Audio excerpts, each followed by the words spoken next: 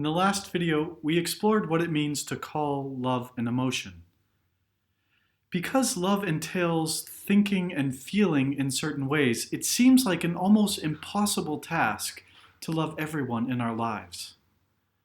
In this video, we're going to explore a possible solution to this difficulty by looking at love not so much as an individual emotional response, but as an emotional disposition, an inclination towards certain attitudes, feelings, thoughts, and actions. In other words, we'll be exploring love as a virtue. In philosophy and theology, virtues are generally seen to be good habits. This concept of virtue goes back to Aristotle and was later adopted and developed by Thomas Aquinas to include virtues such as faith, hope, and love. Aristotle defines habit as a disposition or inclination to be well disposed or adversely disposed towards oneself or towards something else. So if we're going to think about love as a habit, love must be a positive disposition towards ourselves or towards something else. Aristotle explains that we aren't born with habits. Rather, we acquire habits through practice in the same way that a musician learns to play an instrument. When we're learning to play the piano, it takes time to develop the habit of coordinating what we see in the score with what our fingers are doing on the keys. After years of practice, hopefully the pianist achieves a level of proficiency that makes her music sound effortless. In the same way, it takes time to develop the habit of love, or hope, or faith, or courage, or any other of the virtues. Seemingly effortless proficiency is the goal. Aristotle recognized that habits make it easier for us to perform tasks. He argues, in effect, and I'm using my own language here, that practicing attitudes or actions regularly helps us to develop a positive affective valence towards those attitudes or actions. Playing the piano is a lot of fun for those who are proficient. For the beginner, it's really torture. Aristotle thinks in terms of pleasure and pain, but let's stick with the affective qualities of attraction and repulsion for the sake of consistency. For instance, when a person who is practiced in the habit or virtue of courage confronts a difficult situation, she finds bravery attractive. By contrast, according to Aristotle, a person who is confronted with a dangerous situation and finds it repellent to act bravely, but nevertheless does the brave thing, is not really courageous.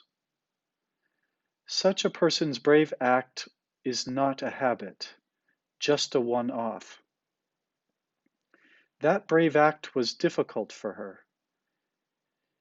She still does the right thing, but she does it against her dispositions. So virtue requires training our thoughts and affect.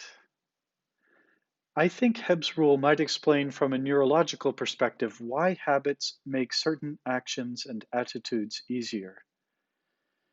Virtues, perhaps, are wired into the brain.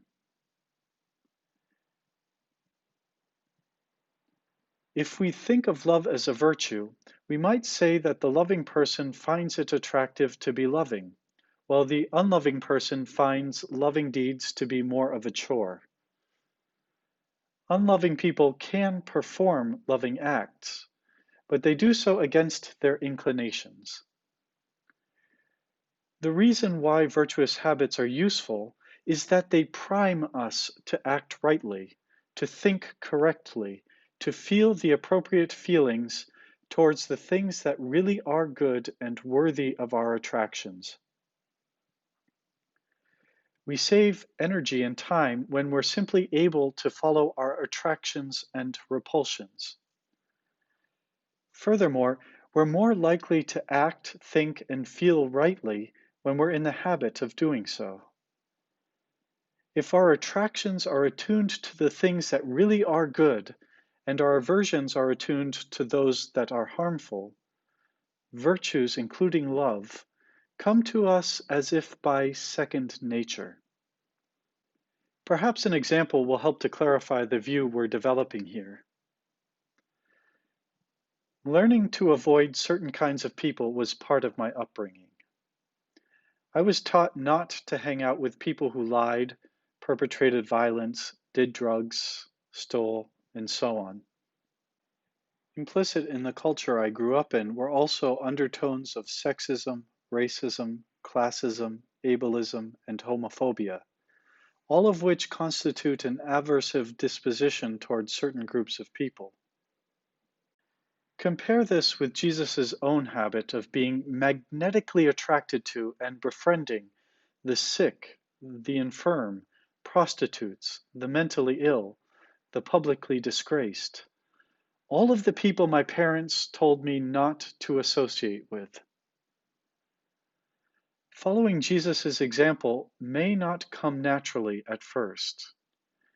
If we want to follow Jesus' command to love, however, in some cases, it might be easier if we drop some of the habits we may have learned since childhood, some of which may have been useful at one time, and develop new habits. Something of love as virtue has filtered into contemporary psychology, especially in the work of Erich Fromm, although Fromm doesn't use the word virtue explicitly. In his classic work, The Art of Loving, Fromm defines love thus: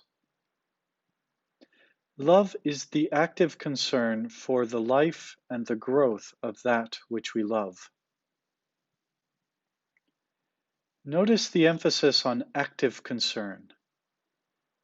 Love is not just a set of beliefs, but a disposition to act in a certain way. Fromm goes on to say, love is not primarily a relationship to a specific person. It is an attitude, an orientation of character which determines the relatedness of a person to the world as a whole, not toward one object of love. I understand Fromm to mean that love is not really a decision that we make each and every time we encounter someone, like ordering off the menu in a new restaurant. It's a disposition, a habit, a virtue that we foster. As we try to foster loving habits, we can learn from expert lovers. Jesus, as the perfect expression of God's love for humanity, is our model. We can notice his genuine attraction to people that manifested itself in intimate conversations, consoling words, and compassionate touch.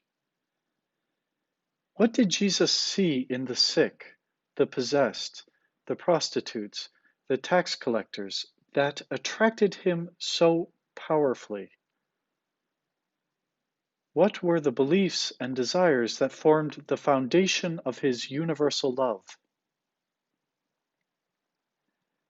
A more contemporary example might be someone like the Dalai Lama, who reportedly greets every stranger with the warmth and goodwill that we normally reserve for friends. How did he develop this habit of universal friendliness? Or we might learn from people closer to home, people in our everyday lives, who seem to have made a habit out of Jesus' command to love. In this video, we explored what it means to call love a virtue. Love is something like a habit that we practice until we get it right.